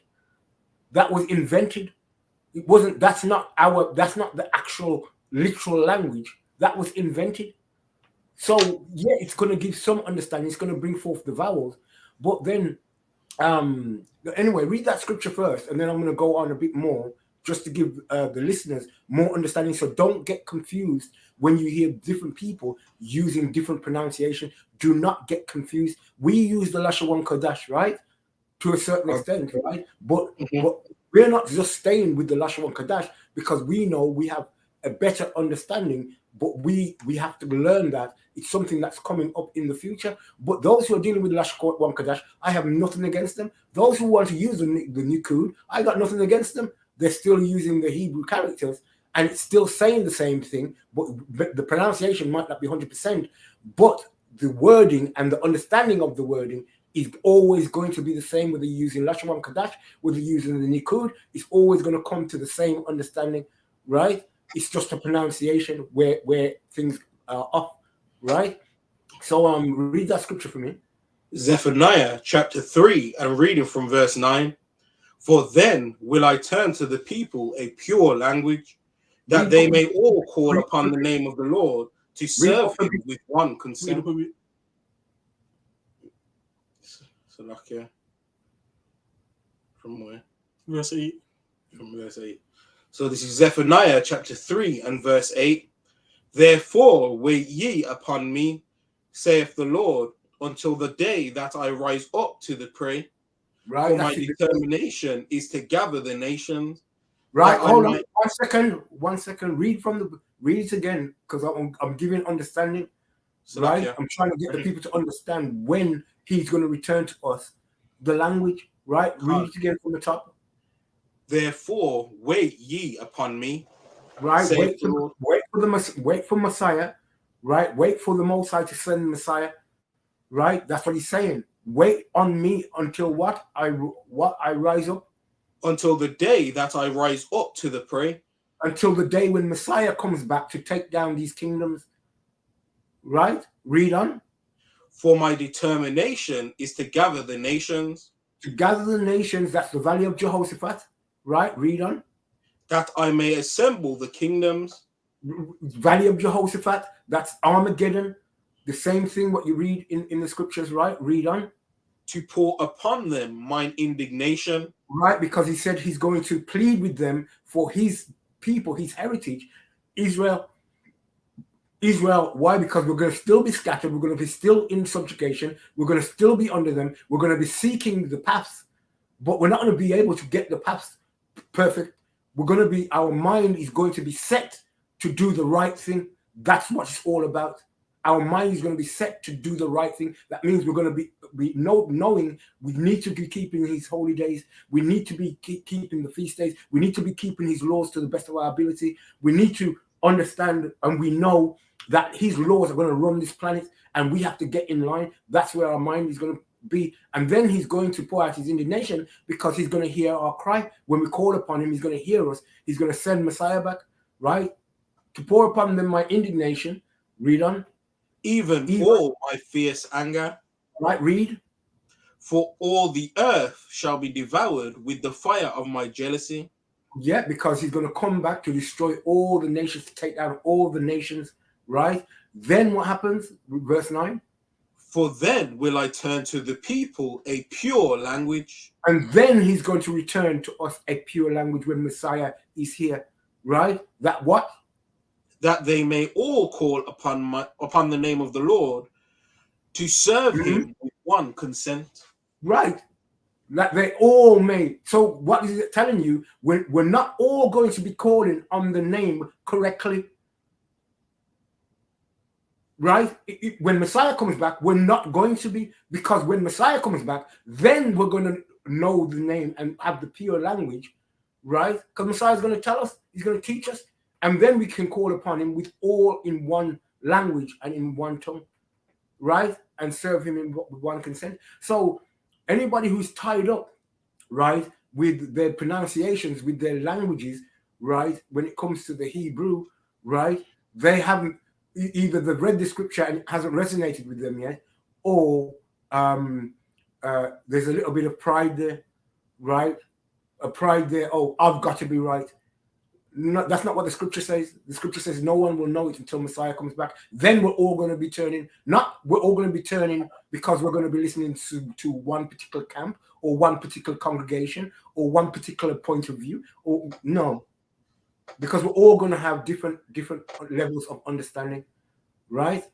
Now, putting that to one side, there is because we go up to Zion to keep the feast, and we go up to Zion to go before the Tabernacle of David, right, which is in Tel Arad, right, South Israel, right, the tabernacle which is fallen over, and we give supplication there. Now, the man who gave the call, his name is Hoshua Amariah, right? Now he's and he knows his lineage, he knows his oral history, he knows his family history, right? His family was native to the land of America, right? He wasn't taken over from, his family wasn't taken over from Africa. He was living in the land of America when the Europeans, his family was there when the Europeans came over, and he knows he's an Ephraimite, right? And he knows his language. Now, have you got the book, the translation that Hoshua has done? Have you got that there with you? Not here, no. Can you get it up on Amazon? Sure. Yeah, get up on Amazon, yeah. The ancient Torah scroll. Yeah. Yeah, the ancient Torah scrolls, because Hoshua is the first man in history to take the ancient Torah scrolls and to translate them. And he's not translating them from Paleo Hebrew. He's translating them from pictorial Hebrew, right? Because he knows the language. Now, Hoshua says the language is not called Hebrew. The language is called Obara, right? Now those who are using the Nikud, right, who are claiming that they've got the perfect understanding of the language, well, we have an Ephraimite who knows his history, and he knows how to speak the Paleo Hebrew. He knows how to translate. Go inside the book. Can you go inside the book? You just see a couple of pages. Right? See, he's translating from the pictograph, not from the Paleo. Right? So who do you go with? And in the Obara, there is vowels. In the Obara, there's vowels, and it's not the same vowels as the Nikud. Right? So the problem is when people get proud, is that there's no way you're going inside the book. No, I can't get inside of it. You can't get inside of it. That's okay. That's not a problem. But he's the first man in history, right? Does it say that there? It says read the notes. It says the missing link is finally revealed.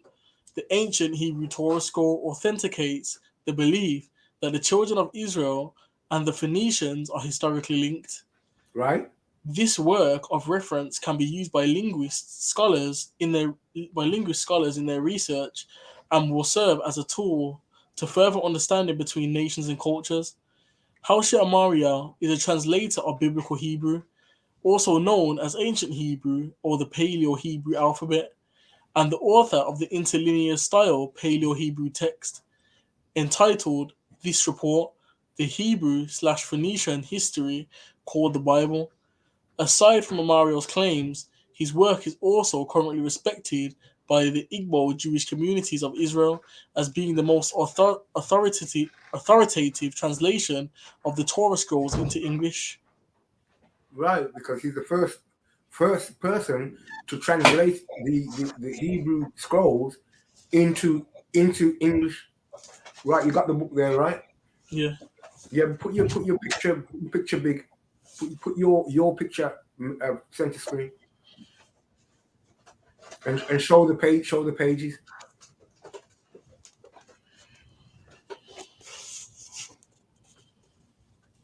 I know it's not that sharp, it's not that clear for people to see. But If I can zoom in and it will doesn't focus, does it? it doesn't focus. It's all right. It's okay. Don't worry about that. But your book itself, you can purchase the book. It's all right. You can put it down now. Right? It's all right. You can purchase the book on Amazon. Right? So who am I to trust? Am I to trust the Nikud, which was invented by a Jewish rabbi? What am I supposed to trust? Because this language here that Hoshua Amariel, right, has translated, it has vowels in it. The language has vowels in it. Right? So we are dealing with the Lashon Kodash. The Lashon Kodash says there's no vowels apart from the A and the I. Right? But that's not true because Hoshua Amariel knows the language. He knows the pictorial Hebrew. He knows the pictorial, and he knows the Paleo Hebrew. So this is the journey that we're on to get understanding. But even with Hoshua, it's still not going to be 100% because before the perfect language comes in, get that scripture again. Get that scripture again that you just read, Jordan. Because before the language comes in, and you either believe the Creator or you don't. You either believe him or you don't. I believe him. So that's why I'm not stressed over knowing the language perfectly. I'm not stressed. Got it. Right? Read it again from verse 8. Zephaniah chapter 3 and verse 8. Therefore wait ye upon me, saith the Lord, until the day that I rise up to the prey. Right. For my determination is to gather the nations, that I may assemble the kingdom to pour upon them mine indignation, even all my fierce anger. For all the earth shall be devoured with the fire of my jealousy. Right. For then will I turn to the people a pure language, that they may all call upon the name of the Lord to serve him with one consent. Right. So, and then we're going to know the perfect name of Yahweh, his son, whether it be Yahushai, whether it be Yehoshua, right? Whether it be Yeshua, right? It might not even be none of those. Because in the Obara, the name of the Most High isn't Yahweh, and it isn't Yahuwah either, right? Not if you're going to use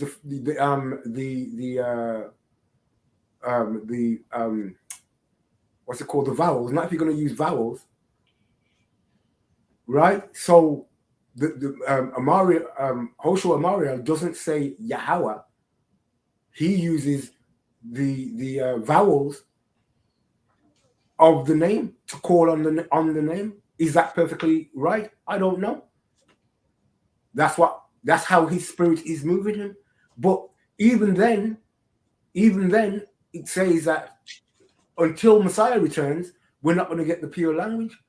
So even if he has got some things right, it's still not going to be pure. until Messiah returns. Right? So, and that's where I'm getting to, and I'm trying to get the listeners to understand. So don't get caught up on translations, on interpretation of translations. Just find one you feel you're comfortable with, you're happy with, and go with that, and praise the Most High. Right? And praise the Most High in that which you are comfortable in doing. Right? Because there ain't going to be nothing perfect until Messiah returns. Right? But your heart has got to be right. Your heart, your mind has got to be right. Get the scripture where it says what's it called about the heart? Renewing of the mind. Renewing of the mind. Yeah, that's the one.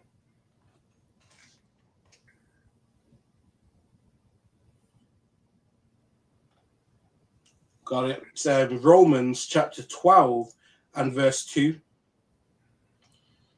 Let me see if I can read from verse 1. Yeah, okay. So Romans chapter 12, verse 1 and verse 2.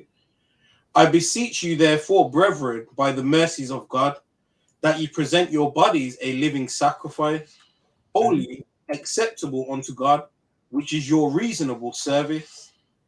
And be not conformed to this world, but be ye transformed by the renewing of your mind, that ye may prove what is that good and acceptable and perfect will of God.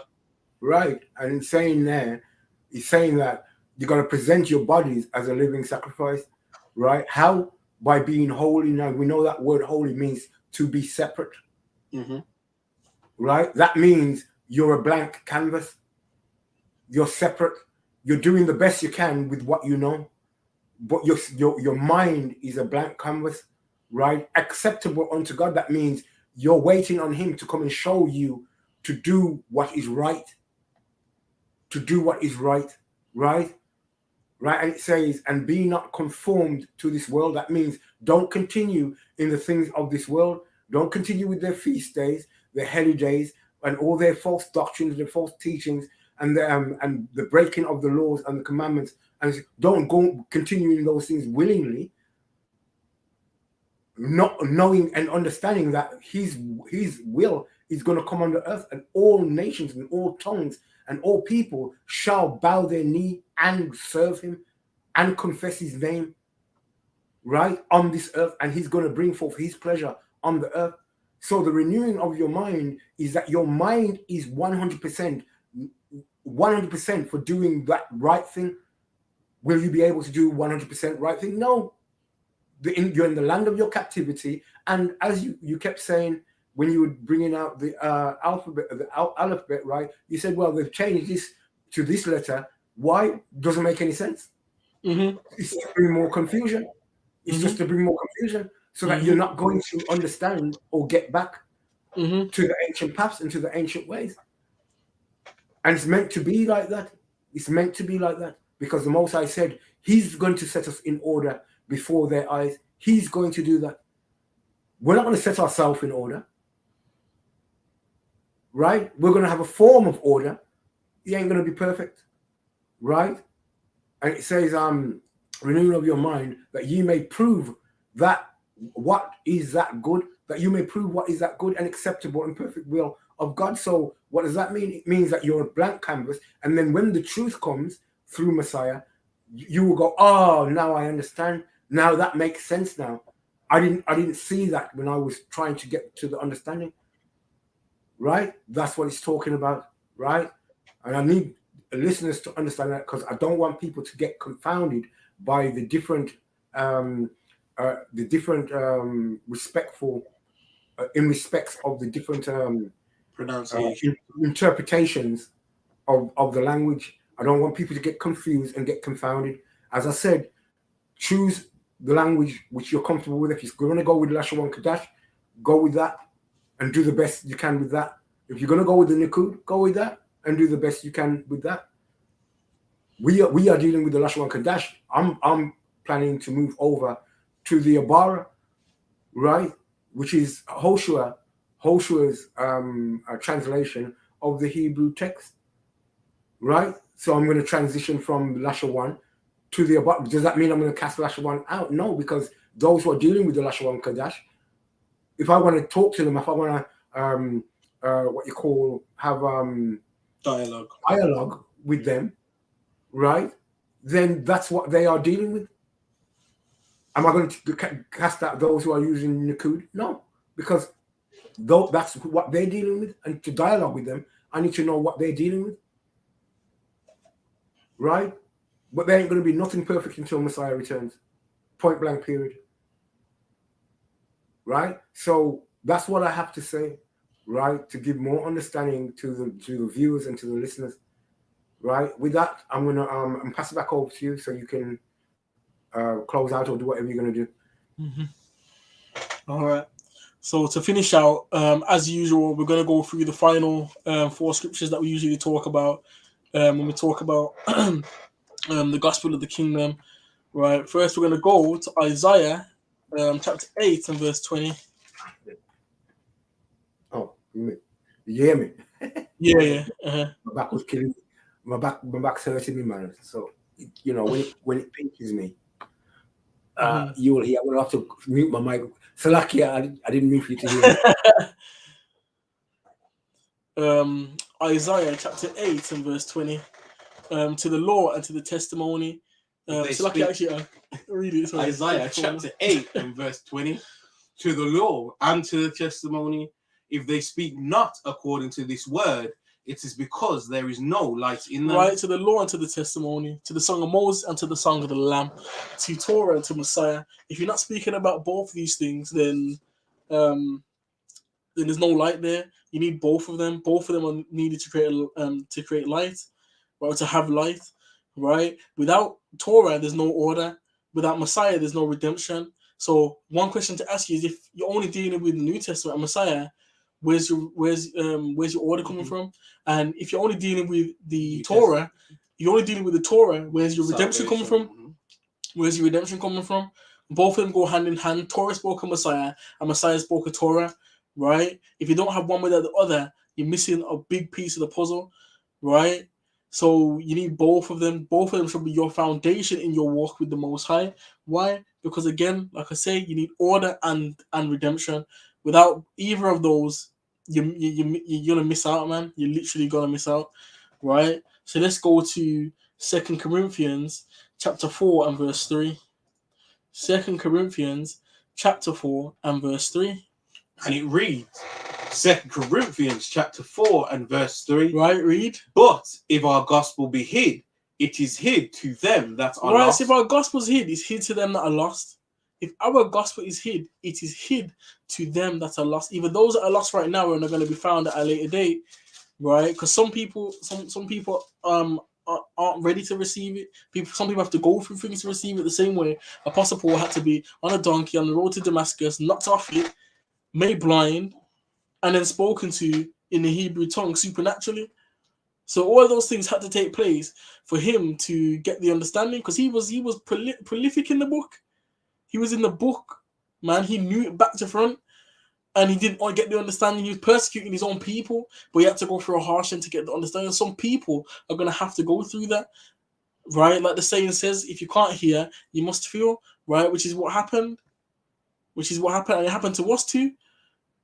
The Most High said, if Israel, if you can't hear, you're going to have to feel it, right? If you can't hear my words, if you can't do what I'm saying, right, I'm going to have to make you feel what happens when you don't do what I say. Right? And we surely felt it. Right? Right? And there's those that just don't want to know and are going to be lost forever. Why? Because they don't want to know. They like being lost. They're comfortable in being lost. They're comfortable in being delusional. There's a few people, there's quite a lot of people out there that are comfortable in that bubble or in that frame of mind, not understanding that frame of mind isn't going to save you forever. Right? Ignorance is only bliss until you can't ignore it anymore. Ignorance is bliss until you can't ignore it anymore. And contrary to popular belief, you can't ignore everything forever. You can't ignore things forever. It's not gonna happen. It's not gonna work. It's not gonna work. So it's either face the music now, face it and change, or face the music when it comes. But you don't want to face the music when it comes, because you're gonna be on the wrong side of that music. Mm-hmm. You're going to be on the wrong side of that music, right? And that's why you have to be. That's why you have to be ready, man. Right? That's why you have to be ready. Let's go to Matthew chapter 24 and verse 14. Matthew Matthew 24 and verse 14. So let me go. Go ahead. Matthew chapter 24, a reading from verse 14. And this gospel of the kingdom shall be preached in all the world for a witness unto all nations, and then shall the end come. Right, and this gospel of the kingdom is going to be preached in all the world unto all nations. Right, it's going to be preached in all the world unto all nations. Why? Because we were scattered across the four corners of the earth. Right, we were scattered to the four corners of the earth. Right, so the gospel is for us, remember, first and foremost. So it has to get to us. Right, and because we're in all nations, has to be preached in all nations. And also, it's a witness to them as well to say, let us go, because the judgment's coming. Right, judgment is coming. Right, and it's better that you let us go before the judgment comes, because maybe the Most High will be less harsh on you. But we already know the Most High already knows they're not going to let us go, because he's already said that the judgment and the punishment is going to put on the nation. So that just means, it shows us that they're not going to let us go. Right, and the Most High has only got the gospel going out to them too, so that they know and understand when it happens, and they can recall it and be like, oh, so when the children of Israel were out on the streets talking, it wasn't a lie, and it was the truth, and we didn't listen. Right, and that's why many other nations are going to go around saying, surely our fathers inherited liars, because they're finally going to realize and understand that a lot of the stuff they were taught growing up in their history classes and stuff like that was all a lie. Right, the history that was passed down through their families was a lie. Right, and they're going to find out all of that in its time. Right, so let's go to Matthew chapter 26. Right, and we're going to read from verse 6, because we always read the memorial of the woman. Right, so read that for me. Matthew chapter 26, and reading from verse 6. Now when Jesus was in Bethany, in the house of Simon the leper, there came unto him a woman having an alabaster box of very precious ointment, and poured it on his head as he sat at meat. But when his disciples saw it, they had indignation, saying, to what purpose is this waste? For this ointment might have been sold for much, and given to the poor. When Jesus understood it, he said unto them, why trouble ye the woman? For she hath wrought a good work upon me. For ye have the poor always with you, but me ye have not always. For in that she hath poured this ointment on my body, she did it for my burial. Verily I say unto you, wheresoever this gospel shall be preached in the whole world, there shall also this, that this woman hath done, be told for a memorial of her. Right, so wherever this gospel is preached, wherever we preach the gospel, wherever we talk about the gospel, whenever we bring out the gospel, the memorial of this woman is going to be spoken of. Why? Because when the Messiah came, he didn't come speaking his own words. He came speaking the words of the Father that sent him. And the Most High said, any words which I put in his mouth that you don't listen to, you don't hearken to, it's going to be required of you. You know why? Because when the Messiah came, it wasn't his own will he came to do on earth. He came to do the Father's. And whenever he said something, it wasn't what he was saying. It's what the Father was saying, what the Father told him to say. Right? What the Father told him to say. Right? And wherever this gospel is preached, yeah, we're gonna preach about this, because she comforted him at the time when he was gonna go through the tribulation, and he went through the tribulation first. And without him going through the tribulation first, we wouldn't have even had this second chance. Right? His beard was ripped out, he was spat on, right? He was hung from a tree, right? And it sounds very familiar. Sounds very familiar to what happened to us in the transatlantic slave trade. Sounds very familiar to what happened to us in a load of captivities that we were in. But the Messiah went through it first, having kept the commandments. And he did that for us.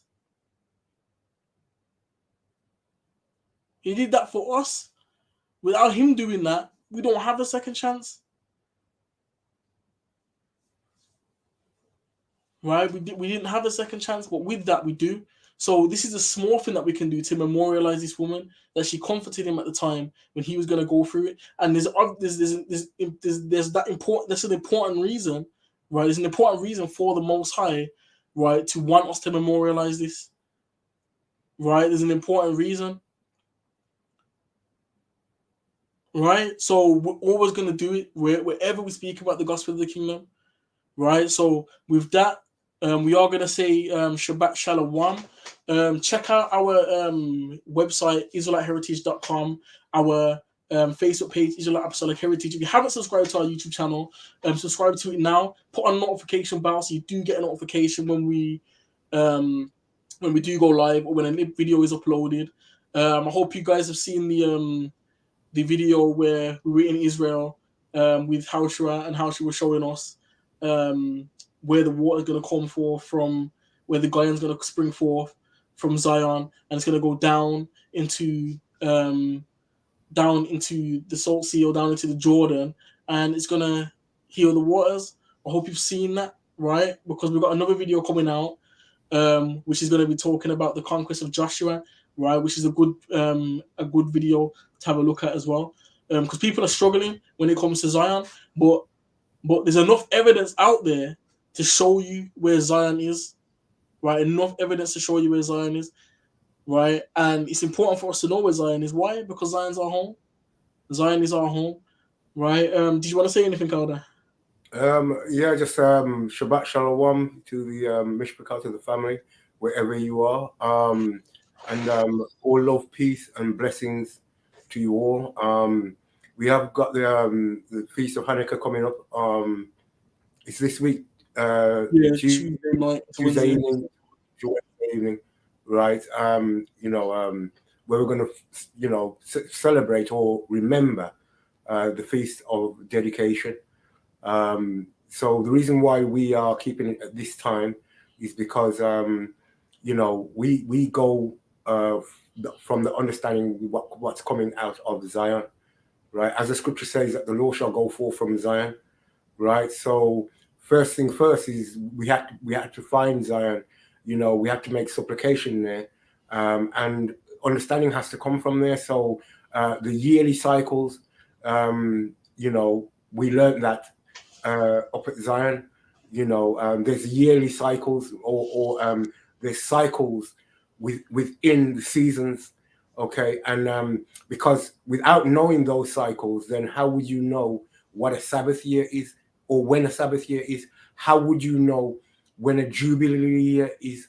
How would you know? Because there has to be a reference point, right? Just like you have the yearly cycle, right? What's called spring, summer, autumn, and winter, and then it's spring again. Right, so it's spring again when all the trees start shooting forth their buds and stuff like that.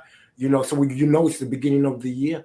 When that happens. So just like how you have that cycle, there's yearly cycles that the years go through in a cycle, right, to determine the beginning of a matter, right, and the end of a matter, right. So, but without going to Zion or without learning the ancient paths, right, you're not going to know. You're going to be shooting in the dark. And as I said, we know certain things other people don't know. It doesn't mean we're any greater than anybody. Everybody's learning. As I said, it's the renewing of your mind. It doesn't mean you know everything. It means your mind is set to do the right thing. So when Messiah returns, you're going to accept and receive everything that he tells you. And you're going to accept everything that the Creator brings forth on the earth, and you're going to do it according to what he says, and not turn to the left or to the right. You're going to walk down that straight path that he shows you. That's what it's all about. So, but my point is that if for people who want to know why we're keeping Hanukkah in the time we're keeping it, is because we're getting our time from Zion, from Hoshua. Hoshua taught us of the times of the seasons, and that's what we're going by. So we know we're in the season of Hanukkah, according to the writings of the ancients. Okay, so that's coming up I pray that everybody who wants to come up, you know, or who would like to come up, that are able to. If you're not able to, then at least put the word out there, because I know obviously people got restrictions on them. You know, if they've got a felony or a strike against them, they're not able to hold passports in some countries and stuff like that. But if you come across this video and you can't come up, you can still tell other Israelites, if you can make it to the 3 main feasts, then try your best to at least make it, even if it's 1 or 2 a year. At least try and do your best until Messiah returns, because this is all what you call this is all pre-kingdom. We're all doing pre-kingdom walk, man. This is pre-kingdom walk, pre-kingdom work that we have to do. We have to put in, you know, and by us doing these things which you might believe and might think to yourself, it's not necessary.